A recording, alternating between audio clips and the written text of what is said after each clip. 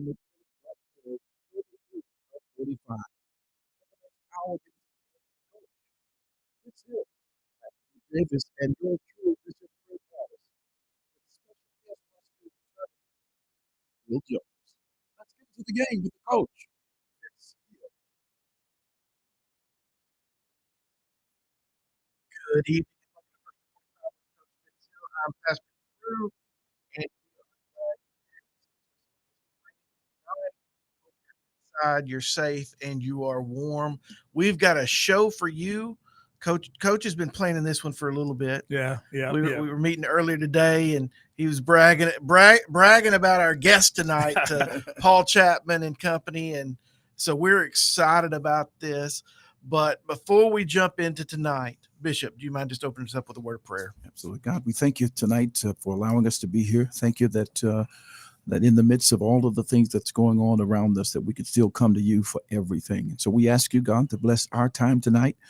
Thank you for the guests that have joined us on tonight. And we pray that what is shared would be impactful to our communities, that we can save our Black boys. It's in your great name, Jesus, we pray. Thank God and amen. Amen. Amen.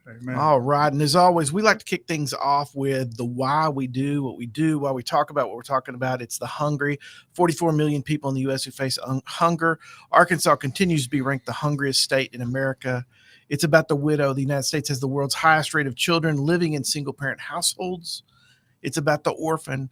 Over 391,000 children in the U.S. living in the foster care system, nearly 4,000 of them right here in Arkansas. And for children aging out of that system, 80% are going to have a child or be in prison within 2 years. 65% of them will experience homelessness. This is a real problem for these young people. It's about poverty. More than 38 million Americans live in poverty right here in Arkansas today.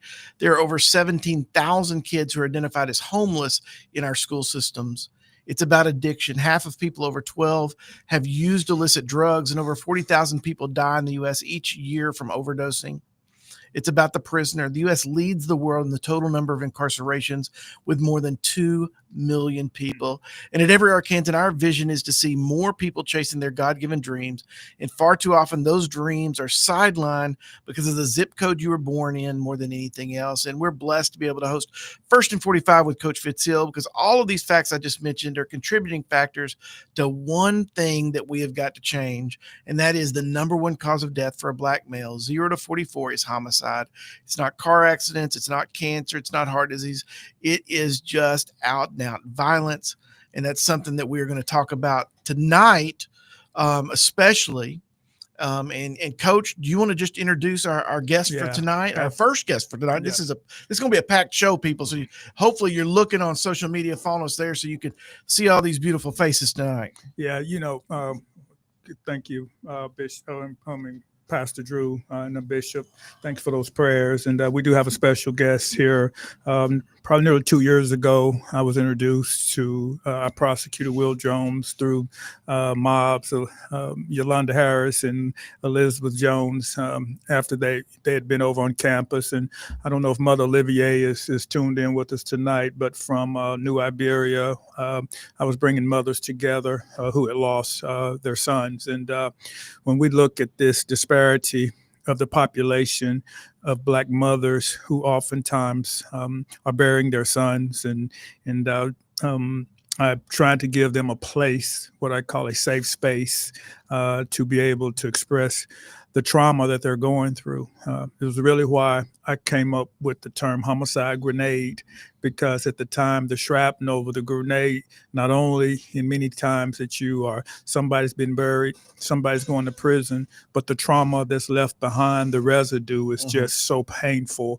And recently I asked Mother Yolanda, as I called her, that if she would consider, and we made the introduction, start working with teenage pregnant young ladies, because what the data shows us is that many times it's the sons of these teenage births that are leading to these destructive decisions that have to come face prosecutors Will Jones' office, but my heart grieves so is because in many times the kids didn't even have a chance. They were just born into this crisis of situation. These social determinants were facing them, and so I had the opportunity to meet with Will, and Will expressed his interest in working, not only which you'll speak about suppression of the violence that we have in our city right now, but I was really enabled by what he felt about what I call prevention, intervention, and diversion with his juvenile prosecutor,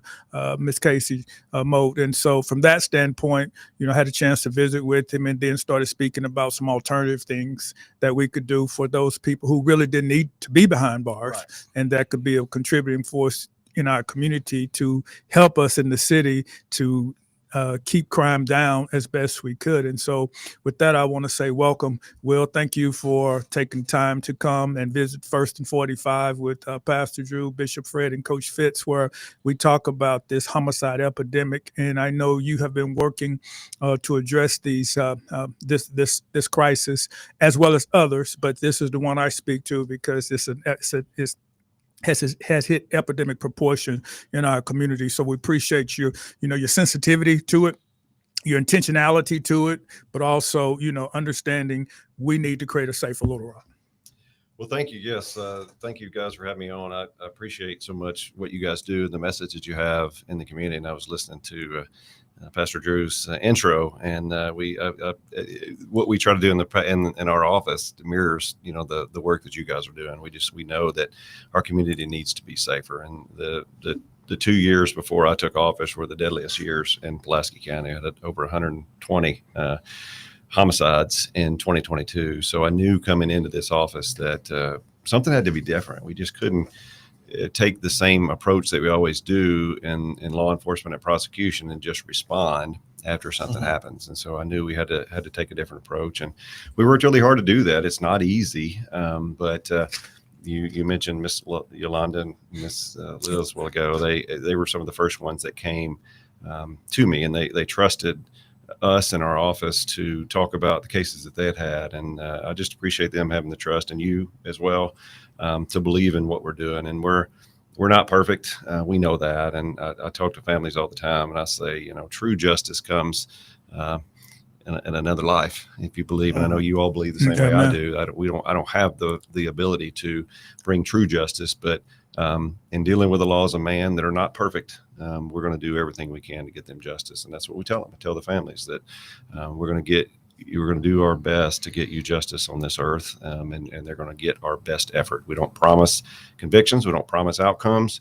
We promise that they'll get our best effort, and that we will do everything we can to embrace them and try to help them through this unbelievable period. Because the world is not. We're not supposed to bury our children. No, and that's what we deal with. Well, and I want to echo something, because I've the sites, I've seen them. We've had them across from Everett, Arkansas, in our office, and we had our staff going over. We've lost children from our youth in our program. We've lost 2 Dream Center kids, those things, and so but you've made a special point to be on those sites and be on those locations. Speak to that, and why do you think that's an important part of being there, not only for the police officers but for the families? And because there's 2 sides to that's going on, that's oftentimes, particularly in the community, that oftentimes people know each other. Right. So you got both people hurting on both sides, and it's just for different reasons. Well, and there's a lot of reasons for that. One is that I want the families to know and the community to know that I am absolutely committed to finding justice. And oftentimes that means getting up at 2 or 3 o'clock in the morning when an alert goes out that there's a homicide, mostly in the streets of Little Rock. And I feel like it's my responsibility to go to those scenes and make sure that, and help the investigations, proceed in the proper way. So what I tell people a lot of times is the job of a prosecutor, 30 to 40% of that job, our job takes place before a defense attorney even knows they have a case, right? I'm there from the beginning. We're working with police. We're working with them to make sure they get search warrants when they need it. And even judges won't sign an arrest warrant in Pulaski County without the prosecutor's office reviewing that and signing that warrant, so the judges know we've reviewed it. So we are protecting the rights of those people that commit these crimes from the very beginning. We do that even before they make a call to their defense attorney. And then most of the time, and I've talked to people, you hear defense attorneys are protecting the rights of the defendant. Well, they do that by filing motions and things like that to say that something wasn't done properly in the investigation. Well, those are they only find those motions are only granted about 1% of the time. So that means that before the defense attorney ever even gets called, we're helping, and the police are doing a good job of making sure that we're protecting the constitutional rights of those that are accused. But the other side of that is I want the families to know that we're there with them. And I believe strongly enough that I want to be there. And usually I tried every chance I get, I try to be in those first meetings with the families. And I want them to know, not that I'm necessarily more important than anyone else. I want them to know that our entire office is with them, and that I'm there to look them in the eye and tell them that I'm so sorry for what's happened to them, and that we're going to give them everything that we possibly have. And Will, I know that has to be very hard to sit there and, and I hadn't dealt with it on that level of intensity that you have, but the grieving of the families and to see, particularly in the city that's seeing violence as such that we have. I mean, you said over 100, 2 years ago. I mean, that's a lot of cases that you're having to follow up. And then what we find out in most cases, the research suggests that there's nearly 2.5 people being charged for every homicide in association. And I think to speak a testament to what you're talking about, showing up and doing that, the shooting that was this weekend down on Cross Street, there was one victim that died, but there were 3 victims that showed up at the hospital. This is not just that's the grenade. This just happened in this one little place. I mean, for you as a prosecutor, that becomes a very complex situation with lots of moving parts, lots of different locations, all of that. So, I mean, that I just can't even imagine trying to manage all those details, like what's on your heart and what God's kind of laid before you. So that's kudos to that. Well, thank you. But it also helps us do our job better. I mean, our chief deputy, Kelly Ward, does the most of the heavy lifting on those things, and she's communicating with the investigators the whole time. But it helps us because we have to make the filing decision, right? Even though we're signing off on that affidavit and we think there's probable cause to make the arrest, when it comes over, we're the ones that have to file it in circuit court. And so we have to look at that and determine what charges are the best to charge. And if we've been there, we've been communicating with them from the beginning, it shortens that process. We can file it quicker, and we can get help start on the path to justice quicker. But it helps us to just get our brain around what's going on. And then when that case is assigned to another deputy prosecutor, when they come to visit with me or Kelly Ward, she can say, hey, make sure you check this, check that, and this is how that, and explain it to them. So we're really, it accelerates our process. And when we meet with the families, they know we've already done a lot of work on this case on the front end. And that helps. It just helps them to have faith in us, because a lot of times we have to have decisions. We have ethical duties, and sometimes we can't go forward on cases or different things happen. And they have to be able to trust us to get through that process. And I feel strongly about that. And the thing I love is now when I'm going to some of these meetings with these younger prosecutors, they're using the same words that I used to use all the time, right? And they're taking control of that. Sometimes I don't even have to really speak all that much, and it's just it's very powerful. And I was just wondering, like, when you have to sit here, and sometimes when a family's wanting justice, but you're limited by the law. I mean, for what you can do, because you have to follow the law is the law. So you just can't circumvent the law to deal with their feelings. So I mean that's a very slippery. I mean, because the family is wanting justice, and I mean that has to, sometimes as you're navigating that, because I've talked to families before, and we're going to talk about that in the second half, but to be sensitive, because I've watched this take out in court before, and it is a very sensitive situation in many cases on both sides, correct? It is, and that's why we just have to build that relationship. We have to make sure that the families trust us and know that we're on their side, but we have to do it right. And it's not what I find is all the time. Just the unbelievable amount of grace that families show, and ourselves, or we're people too. And one of our I remember a time when our chief deputy, had to go out to a scene, and it was early in the morning on Mother's Day. Mm-hmm. And here she is looking at I'm going to tear up now talking about it, but here she is looking at this child here, this son of God, is laying there dead in the streets of Ruroc, and she knows that her mother is going to get that call. And something's happened to her son on Mother's Day. And she's a mother. Just think about that. It's just those things that they really resonate, and they're really hard sometimes. But I believe we have to put ourselves out there to let these families know that we're here. Yeah. And we'll fight for justice. Hey, we're going to take a break. It's getting ready for the second quarter. It's Will Jones, prosecutor attorney, Pulaski County. My man, Pastor Drew and Bishop Fred. Stay tuned with us. I got a good question that I'm going to share an experience that I've had people ask me that I want the prosecutor to answer for. Hey, it's First and 45 with Coach Fitz. Hey, stay tuned. We'll be right back.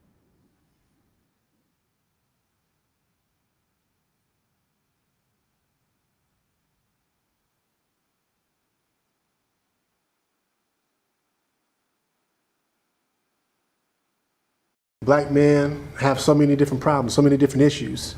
Homicide rate, high incarceration rate, fatherless homes. What is America going to do about it? What are we going to do about it? Yeah, what are we going to do about it? When I say we, I'm talking to black men.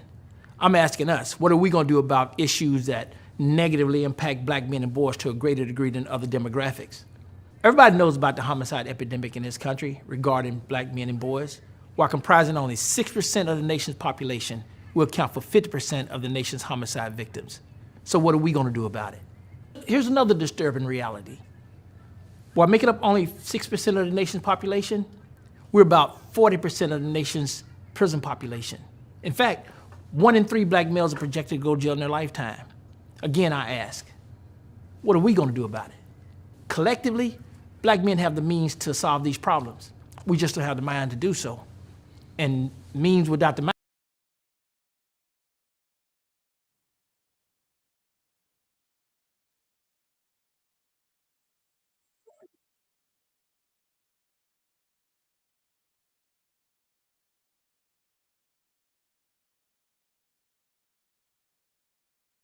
And we are back with First and 45 with Coach Fitz Hill. We've had a good discussion with Pulaski County Prosecutor Will Jones. We got more of that. Coach, turn it over to you again. Hey, yeah, this is something that really resonated with me before we started the DORI, the Derek Olivier Research Institute, which how First and 45 was birthed out of as we started collecting data. And I'm really excited, guys, about the next First and 45 edition. It's going to be my best work ever. Coach, you were talking about, and you've said so often about that call, that you had to make to Mother Olivier. And I heard prosecuting attorney Jones say having to talk to a mother on Mother's Day about her child. Yeah, my deal with Mother Olivia is why I go down twice a year and stay in Derek's room, and hadn't changed it. Yeah. It makes me tear up because I have a son. Yeah. And I can't imagine. And that's why I have this connection with Mother Yolanda and Mother Liz, because, that could be my son. And just like we had the young man at Conway, our student from Arkansas Baptist College, wounded, almost, missed his spine by a few centimeters, where the shooting was last. Well, that's a family from Los Angeles, California, that we recruited from Arkansas Baptist College to come play basketball. Now, my deal, made it out of Los Angeles, and you come to Conway and get shot. Now, and so now I thought about, we had to call his mother. He's still there. He's still in the hospital. Mm-hmm. Okay, he's been in the hospital now almost 3 weeks, and you think about that bill. He was in a coma, an induced coma for a week. Mm-hmm. So the expense, how it's expensive. You got that. You got his family has been in the hotel for 3 weeks. Yeah, hotel, exactly airfare, right. All of that, and he's not going to be able to fly back home. Right, they got to drive him. Be a drive back home because he's not. The doctor don't want on the transport. That's exactly right. And so all these things that you speak to are, and that's 1 out of 6 kids that was injured in that. Correct. Yeah. No, it was actually 2 murdered. 1 murdered with 9 injured. 9 inch. Okay. Yeah. And when I speak, you talk about calling Mother Lip, you had to call her. That was true. But what the thing that really got to me was about a year and a half later, a student came up to me because we didn't know who murdered Derek, but we saw it on tape. That's why those cameras are so important. Mm-hmm. All right, so we had the cameras outside of our dealer, mm-hmm. So we pull it. So I see this, I see it. I'm just blown away. I said, why would this young man do this? So he walked right down Bishop Street, pulled out a 9mm. A group of my students were standing there, and I'm going to share this story because he just pulled out the 9mm and just started shooting at the students. Well, they had a conflict, the night before. And so that was his payback, but Derek wasn't involved. He just happened to be there changing the tire. Mm-hmm. And so finally, a year and a half later, which is going to lead me to the question, my dean brought this young man up to my office. And so I'm sitting there. He said, hey, Coach, this young man want to talk to you. He got something to tell you. I said, really? I said, okay. So he comes in, he said, hey, you've been talking about why we don't, because the guy didn't get in the car. He ran up to the back of the 16th Street, just ran up the street. So he knew he was going. He didn't have anybody to pick him up. So he said, hey, I know who murdered Derek. And I said, really? He said, yeah. He said, I was on the 3rd floor. I was in the 3rd floor of the bathroom when it happened. This is what he said. He said, Derek must have been from the country. I said, why you ask that? He said, because everybody else knew it was bullets except Derek. He said, Derek turned around and didn't move. He didn't know the pop, pop, pop, pop, pop. He said, everybody else must have been from the, I said, well, he's from New Iberia. And he said, so it hit him 3 times. And he stumbled back and died right there. And I had to call his mother. But I said, well, why are you telling me now? He said, if he said he was going to get out on bail. I said, why? I said, he said, no. He said, I said, well, how could you configure that? Why did you come today to tell me? He said, well, the young man that murdered Derek murdered the convenience store clerk in Little Rock. Mm. She was white. He looked at me and said, she won't get out. He won't get out for her. So I'm telling you who it was. I said, what? And I said, are you serious? He said, Coach, I know him. He said, but I was scared to come tell because he would have got out on bond. And so that's, to me, I'm asked that question. That's why I keep asking this question when we get information, and I've heard it's a law or whatever, and how I believe in our communities that we do not speak up many times because we are scared that the persons are going to get out. And then, they have nothing to lose at that point. I mean, I'm already facing life if somebody tells me. So when we have this information and you have to be signed off because I know you're a man, you won't charge somebody for murder unless you know that I know you. Right. Yeah. You got to have evidence that I'm confident that we can prosecute this person in case. Absolutely. When we know that and we know that's the law, well, why would a judge give somebody a bond? Because I'm convinced through my studies since 2012 that our communities are more dangerous because of those facts that if you have enough evidence to arrest somebody, I don't know why would they get out. Now, I mean, because, I'm always telling my son who you with, where you go, what you're going to do. You can be part of the problem just by guilty by association. But those are different type of charges on who pulled the trigger and who doesn't. If you know a person has pulled the trigger, what laws dictate how that person, we know that we have murderers walking around on bond that you've charged for murder? Great question. Well, that's a great question. And I brought a rule book to help answer that question. So Rule 9.2 talks about release on money bond. And you'll hear a lot of times, sometimes people say, well, the only reason for a bond is to ensure that someone comes back to court. And you'll hear some, have bond hearings and they'll say, oh, he's going to stay with mom. He's going to do whatever. And we'll make sure that he gets back to court and all that. But the rule actually changed in 2024. And there's a section now that I think would resonate with you. And it talks about a risk that the defendant will commit a serious crime, intimidate witnesses, harass or take retaliatory action against any witness, or otherwise interfere with the administration of justice or pose a danger to the safety of any other person. So we know a lot of times, and we talked about, being at these scenes early, and then we monitor things. I won't talk about how we gather all of our evidence. Don't put all that out there, but we kind of know what the communication is with a lot of these folks, and we try to gather that, and we try to really impress upon the judges that there's more that goes into this just than whether they're going to actually just appear in court. I agree with you. I don't know that you have a whole lot of motivation to come back to court if you're facing a life sentence. No question. I don't. Or behave while you're out. Or behave while you're out. You're right. And so, we argue that too, but judges disagree with us sometimes, and I'm not going to criticize judges. Right. I mean, No, I certainly, understand. I believe, like you're saying, I know I can remember when I was down in Pine Bluff. I was the chief deputy down there for 2 years when I was running for office, and I know we had a period of time where our prosecutor was on a vacation. We had 6 homicides in 6 days. That was just insane. But what happened there is we identified the ones that committed those crimes, and they were locked up without bond. We didn't have another homicide for 2 months. So what does that tell you? That's exactly right. It's your point. Well, It is. What was it? A year or so back, we had the one gentleman that Yeah. He's in known 5 homicides. you prosecuted him too. Right. That he Yeah. just kept being able to evade the He was system. he was a teenager. And I Yeah. mean, Teenager. and I'm saying, but that's the deal you have to understand. That's, to me, that's suppression. I mean, you're in war. All right. And so you have to suppress to stop, or people keep shooting at you. At some point, you have to do that. And I'm saying right now, and that's, I know that things are discretionary, who charged, but when it comes down, the judges has that. But I think if you go back and look, to your point, that those facts speak to that.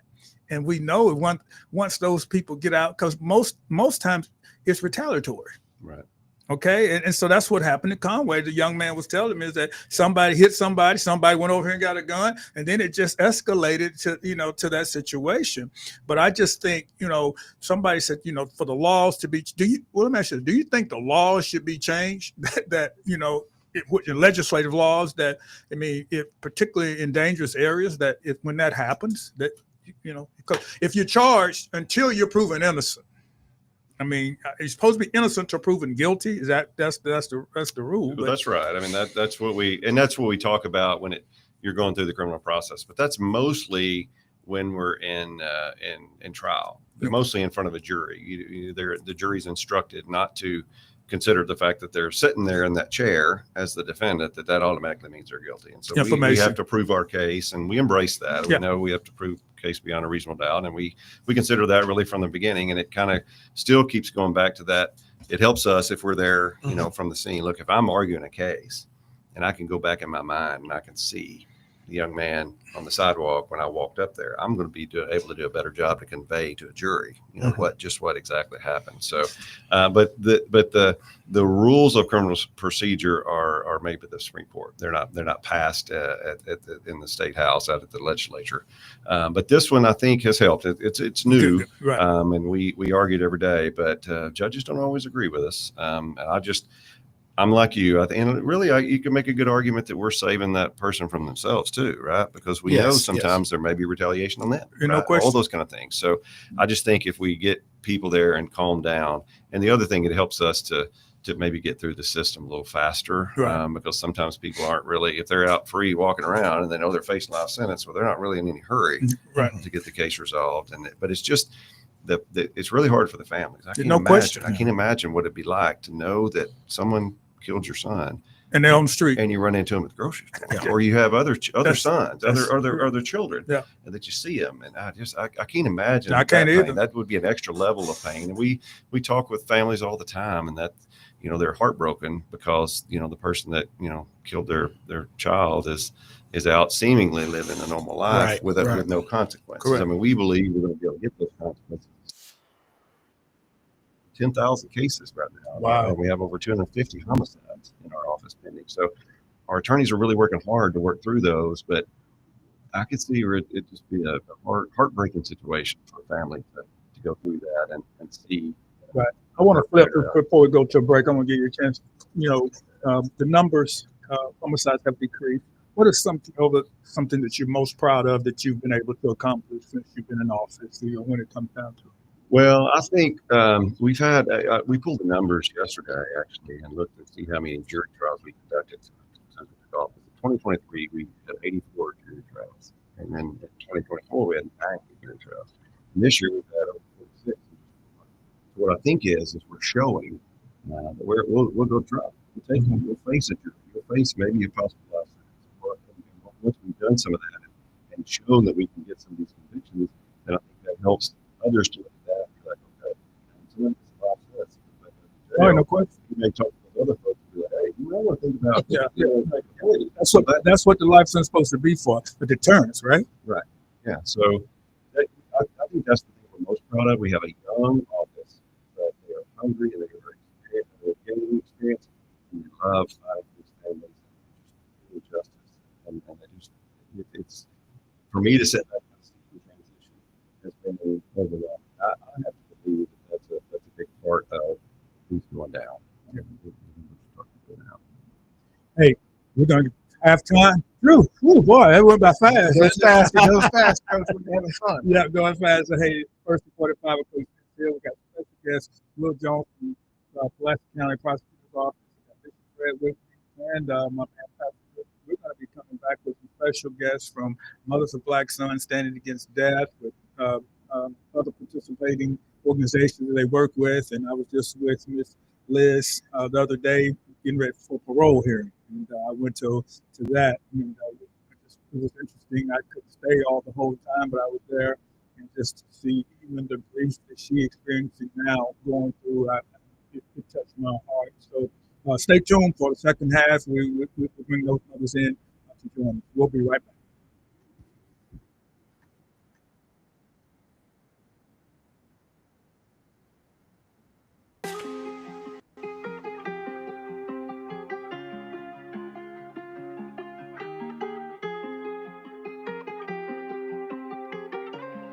As a former football coach, knowing the engagement that takes place on the football field, the basketball courts, the track, baseball, outside of extracurricular activity, META is the best academic curriculum I've seen for the oftentimes socially challenged student. And glad to have a pilot program going here now with Hamilton Learning Academy, as well as juvenile detention facility, to inspire, grow hope to a population of kids who sometimes don't believe that in the United States that life, liberty, and the pursuit of happiness is for them.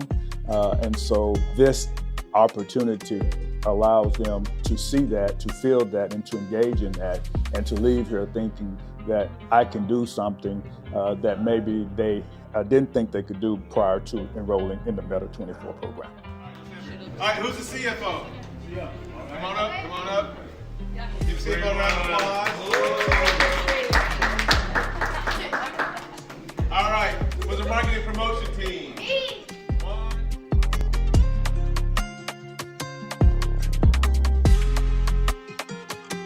My name's Shania, and I make this pillow. It's a baby pillow for babies. It can be for a boy or for a girl. It's saying, be what you want to be. I really want to make a side hustle of this and give pillows to the hospital so you don't get good rest with soft pillows like this. I want to 3D print some stuff that will help us in the world. I would love to print 3D houses to help architects build real houses, because there's a lot of people in the world that homeless right now, and I feel like if I'm able to print 3D houses, I feel like architects can make more houses faster.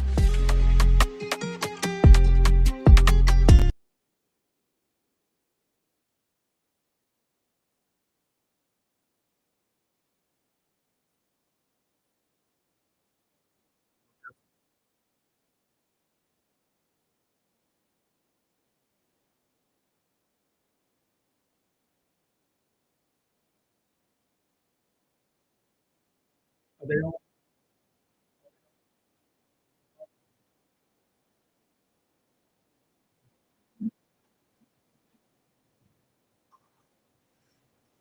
And welcome back to First and 45 with Coach Fitz Hill. We are, and I feel like we've been empowered today in being able to just connect in the heart of brokenness, dealing with families on both sides. So, real good, helpful information from the prosecutor today. Well, I mean, that's the deal. As I said, Yolanda, is Yolanda and they're with us. Okay, They Yolanda are with us. and You ready to bring them in? Yeah, bring them in. Bring them in. What it said? The price. Come on down. Come on down. My people. My people. How you doing, Liz? Hi, I'm well. How are you? I'm doing good. I'm doing good. And then Yolanda. Hey, my Hello. mom. That's my Hello. dream team. That's I call y'all my sheroes. Y'all my sheroes, because I tell you what, y'all inspire me in so many ways, because I feel what you feel many times. And Miss Yolanda, we've been sharing some things through teenage pregnancy, and then Liz, I was with you 2 or 3 weeks ago. We were all together 2 or 3 weeks ago, and we were talking about what the prosecutor Will was talking about, and I just wanted you to share the emotions that you went through going for a parole hearing that was unsuccessful. And I have read your letter, and just working with these valiant ladies, to keep pushing forward for justice, because it's really hard for them to think that they've lost their sons and somebody to come out and just live their life normally, just what we're talking about. And I know the pain. Kind of speak through the process, for that what you went through a couple of weeks ago, which was the first parole hearing for you, and you had to, I was coming to support. I had to leave for another meeting, but you can kind of speak to that a little bit. Oh yes, of course. It's only been 4 years. First off, let me say that we're going into the 5th year, but I was actually quite stunned to receive correspondence in the mail stating that he is eligible for parole. It was initially scheduled for parole in October, and they moved it up to April. But just to receive that letter in the mail, we're all baffled to know that it's just this short time. It's been 4 years, and he's eligible for parole. So it was a lot of mixed emotions. It was just like removing the bandage off of the wound that's already not healed. So we had to relive everything, relive that night, the whole ordeal. It took me back to receiving the phone call that night to say that my son had been murdered. Never in a million years would I have thought that murder and my son would be in the same sentence. So it was just a whole ball of emotions. So very difficult. Well, I saw you there, and I watched your strength. I was praying for you the whole time. My heart, went out to you and your family, because I know Peanut meant the world to you, as my son does to me, and that's why, whenever you call, I answer, because that's I and actually I'm sitting here with Will because of you and Yolanda. I mean, you guys introduced me to Will, based on, hey, Coach, will you come with us to meet with the prosecutor? And from that, Will has been supportive of things, but also wants to make sure that people who are involved in these type of activities, there's consequences, for the behavior. And Yolanda, I want to bring you on and let you speak a little bit to the fact that you were there to support Yes.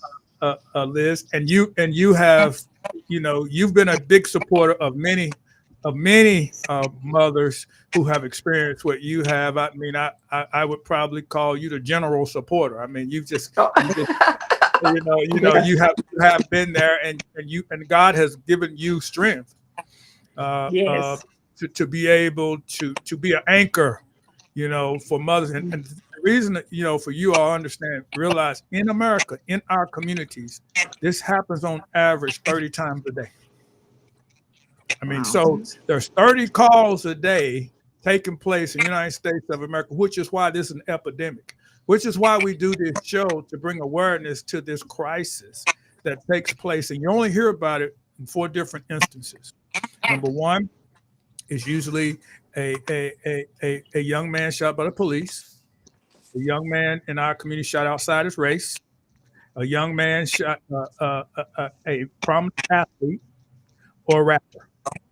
All right, so that fifth person is never heard about oftentimes, and that's why this show has been created for that specific person to bring a name to light, from that situation. So, Miss Yolanda, I mean, God has given you an anchor to be able to build support, and I just want you to speak to that a little bit right now because you were there with Liz Yes. going through that, and walking and talking other parents through that when they experience what they go through. Wow, I definitely have to give God the credit for this because it definitely not me. I was extremely I tell you, mentally, I lost it. So from the time since November 30th, so everything that I do is strictly by God's grace, and I definitely got to give Him all honor for just holding me up and allow me to be there for others because I definitely had to be there for Liz to show her support because I didn't get that opportunity to because the young man that took my son's life took a plea, so I didn't get a trial, I didn't get any of this, so he was out, I guess, what, about 11 months. He did less than a year or so. My thing is, I didn't get justice, but I want her and others to get justice. Just because the system didn't, it failed me. That doesn't mean I have to be bitter towards not helping others. I want others to get justice, something I couldn't get. So I can get, I want to make sure they're happy. I'm happy if they're happy. So I know it hurts me a lot to think about the young man, being able to live his life and doing what he want to do. And he never really showed any, you know, mercy or he was sorry for what he did. He even to this day, I haven't heard from him since, but he's never really been sorry for what he did. And I know I have to live with that and I have to move forward. So I use all that negative energy and turn it into something positive by being there for moms like Liz and others who are currently going through it and just being there for them and hoping the system works for them and hoping they can get the peace that I didn't get. Well, yeah, I've seen what you guys have been able to do, and I think at one church meeting we had about 27 mothers who had come together and shared. It was really a therapeutic session for the mothers to come together and strengthen. And what we've talked about the last time that we were together would be to look at ways that we can give back through through the pain that can be transformational, that leads to prevention, diversion to other people and to other youth. And right now, what we realize through the social determinants of that leading to this homicide is that we find teenage pregnancy and high school dropouts oftentimes what leads to this crisis that we're dealing with, but then looking at the social factors, whereas when we grew up, grandmas were 60. Now what we see in many times, grandmas now are 30 and great grandmas are 40, 45. And so these are things from a moral standpoint that we have to address if we truly want to stop violence, in our communities. And I know, Yolanda, you're involved in other organizations before we go to a break, and because because anytime a child is murdered, regardless of what ethnicity that is, just speak about all the groups that you all work with in Central Arkansas, because I've gone to some events with you all before, and it's not just this group, but anytime a child is murdered, there's pain and trauma that lives forever. Yes. Parents of murdered children, I'm with them, and also Moms Demand Action. I work with them also, and they are extraordinary. They're awesome group. I mean, the things that they do just they go above and beyond. And most of the people in the Mom Demand Action has never even lost a child. With the work that they do, they're so passionate about what they do, and that really touches me, knowing that they do so much for us. For those who have lost a loved one through gun violence, and to put their heart into. Anna Moschetti, she's an angel, and I love her so much because she does so much, and she's so passionate. So I will continue to work with her, and I will continue to work with parents of murdered children also. Right. No, that's and I've seen that. I know I went to one event. We're getting ready to take a break here, but Will, I mean, those are people who that I, you've met them, you've talked to them, you feel it, and I know Mother Olivier has chimed in, and of course you were not in charge when she's grieving anytime but we're getting ready to go to take a break, and then we'll be back for the fourth quarter. This has been Yolanda. Can y'all stay with us for the fourth quarter? Y'all good? Yeah.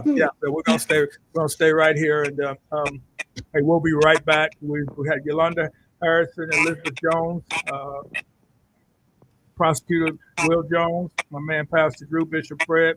Got the fourth quarter. Everybody put the fourth quarter, put their hands up for fourth quarter. All right, we're gonna finish strong. We'll be right back.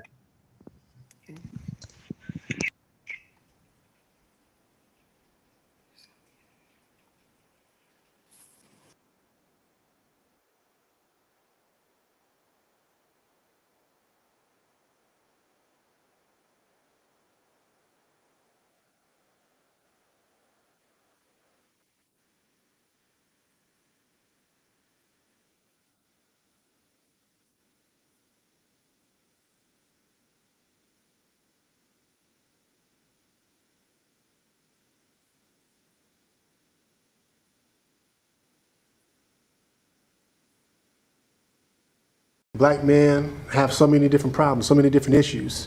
Homicide rate, high incarceration rate, fatherless homes. What is America going to do about it? What are we going to do about it? Yeah, what are we going to do about it? When I say we, I'm talking to black men. I'm asking us, what are we going to do about issues that negatively impact black men and boys to a greater degree than other demographics? Everybody knows about the homicide epidemic in this country regarding black men and boys. While comprising only 6% of the nation's population, will account for 50% of the nation's homicide victims. So what are we going to do about it? Here's another disturbing reality. While making up only 6% of the nation's population, we're about 40% of the nation's prison population. In fact, 1 in 3 black males are projected to go to jail in their lifetime. Again, I ask, what are we going to do about it? Collectively, black men have the means to solve these problems. We just don't have the mind to do so. And means without the mind.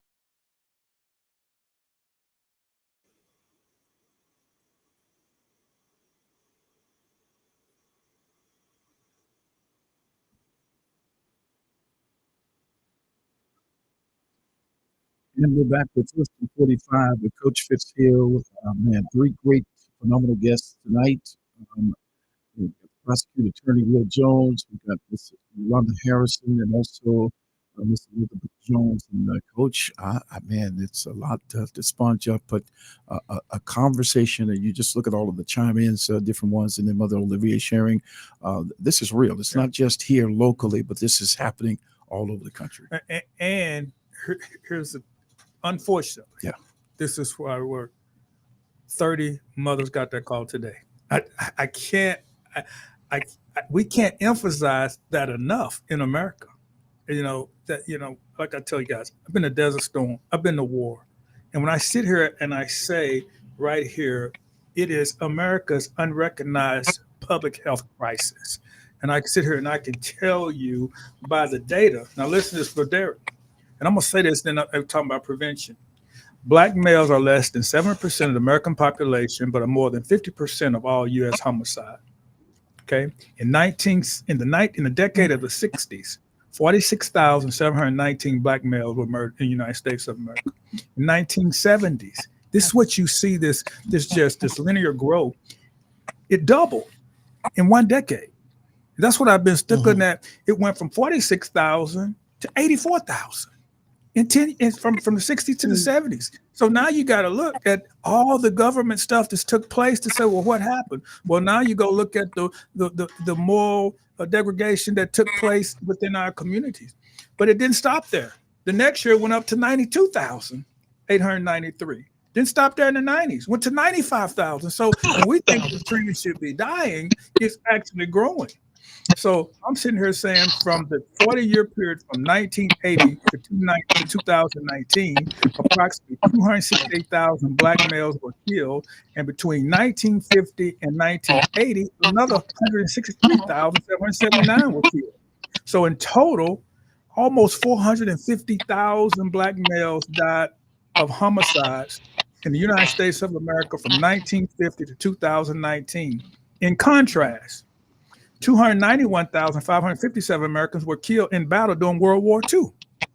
So it's been more dangerous for young Black men in America than it was in World War II. So we got to understand this epidemic for what it is and address the cause of it. Rather, we just can't sing this away. I mean, we have, and I know that's what we're trying to do. And as we go into this last segment, we're talking about the prevention piece, which you know, what I learned in combat, you have to fight air, land, sea. They always hear me talking about that. You got to control the air, the skies. You got to be on the ground, and your flank comes from the sea. And so you have to put young people. You have to put people away. That's the deal when they're guilty for pulling the trigger and taking a life. That's what the law. But at the same time, you have to fight over here to turn the faucet off to what's leading to that. And from a prevention, what I call the early detection and diversion tactic that we've been working on, some things that we're trying to do. And what we realize, a young man, Drew's getting ready to start a school, a young man that's not in school, we realize that person has a greater probability of coming to see you just based on that alone and the other social factors with that. Speak to that as we get ready to wrap this up about that piece in your office. Well, I mean, let's be honest. By the time a case lands on my desk, by the time mothers like we have here tonight get that call, it's too late for that individual and for that community. And I'll just say that I feel inadequate to be in the room with these mothers that have had to bury their sons, and the grace that I see them, and I've had so many interactions with the grace that I see them, and to use their pain to help other mothers, and then to pour into how do we have less mothers having to go through what they did, and that's what really drives us at the prosecutor's office. And so we know that we can't just continue. Those numbers are overwhelming. We can't just continue to react after it happens. And so we really worked hard in our juvenile division. We brought in Miss Casey. I know you're a big fan of Miss Casey. She was a longtime juvenile public defender. We brought her over to help us run our juvenile system. And we knew from the first day we came in office, we wanted to take a different approach, because that is our best youth is our best option to turn these things around. And we've been really working hard to do that. But we got some exciting things coming. We've got a group violence intervention. You know, I don't want to talk too much about it yet. We're actually going to have a meeting tomorrow, but we believe that we're going to be able to bring that to our community. And that is it attacks it from both ends, right? It's prevention, where we know this group is doing these things. We're going to help. If you'll, we'll help you. But if you don't, we'll stop you. And that's a great motto. Absolutely. It's hard for anybody to argue with that. And I know you're involved in that and all of that. And so we're working extremely hard to get justice and to work on prevention. And one thing I'll tell people all the time, I mean this, any of your listeners want to take me up on this, just come and spend a day with us. Come and spend a day in our office, and you'll see the energy. And you'll see how hard the people are working, how empathetic they are. And then some of our meetings with our partners, like they're, joining us tonight. It's just, we really want the community to know that we're wrapping around them, and we're doing everything that we can. We're not perfect. We don't make every decision exactly right, but our heart's in the right place, and we have a servant's mindset, and we're here to serve. That's the only reason that we're in this position, to serve the citizens that we represent. We take that seriously, and it's an awesome responsibility. And it's hard at times. It is. You're right. It's hard, but I believe to do our job properly, we have to, because it's not as hard as what Yolanda and Miss Liz have been through. It's not. And we want to make sure that we convey their pain and try to prevent other mothers from getting in their position. Correct. And, the process that we oftentimes deal with, I know, I remember, Drew, you can kind of speak to this, the families, because when we lost those two kids that from the Dream Center just snuck out. I mean, it was kids doing what kids do, stupid. And one of them had stolen a firearm at one point, but they just snuck out one night and got picked up by the guy that did that. And both of them ended up, unfortunately, dead in Little Rock, even though we're from North Little Rock. That we tried everything we could to intervene. Yes.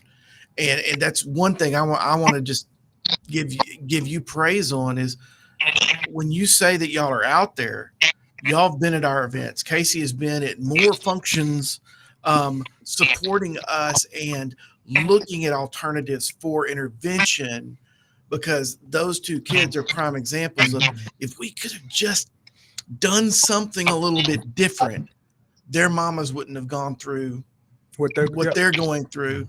Those two young people would be with us today.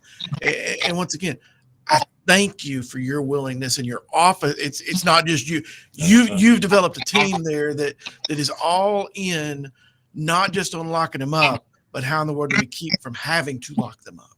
How do we create a better community for everyone? Because I remember that story because they reported their children missing. That's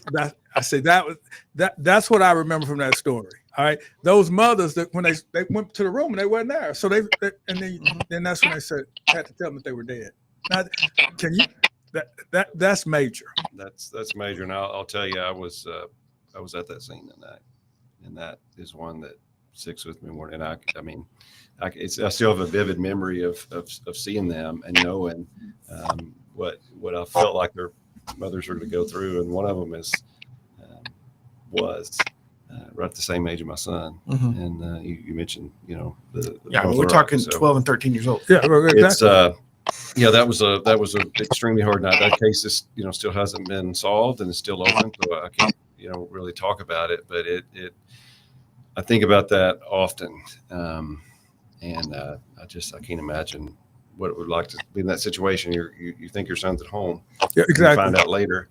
You call and say, "Where'd they go? I miss the kids," and then they say, "Oh, we've been waiting. We didn't know." I mean, these are things that mothers go through that we have to provide support for, and that's what our organization was doing, and that's why we are trying to find ways to help that population of kids that are oftentimes suspended. What we find is 85% of the young people in the juvenile detention facility. One of those kids had been chronically suspended from school. Yeah, that's it. And so, that's why we're looking at things we can. Well, Will, we want to thank you for being here with us tonight. This has been one of our 5-star shows. We got more comments going on here than we have, but we're grateful for you being here with us. And Pastor Drew, thank you for all you do for the prevention piece. And Bishop Fred, we want to ask you to pray us out. And until next time, we'll be back with First and 45 with Coach Fitz, where we are identifying social determinants contributing to the homicide of Black males before the age of 45. We'll see you next week. And Father, we thank you for this time tonight. We pray for our prosecutor and all of the team that these cases can be closed. We pray for the grieving mothers. And we ask you, God, to just help us all as we continue to aspire to do what you would have us to do for your glory, that we can have victory in our community. Amen. Amen.